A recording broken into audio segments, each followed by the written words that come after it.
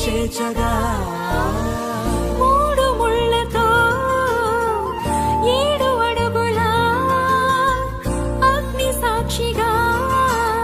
ఇద్దరు ఒకటిగా మారగా మరుపేలేని సంతకం పెళ్లి పుస్తకం మరు జన్మకి తొలి స్వాగతం పెళ్లి పుస్తకం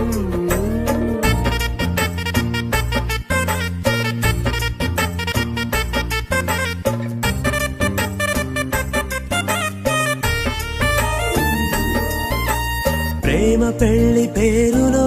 ఇరువురిలోన ప్రేమ మాత్రమే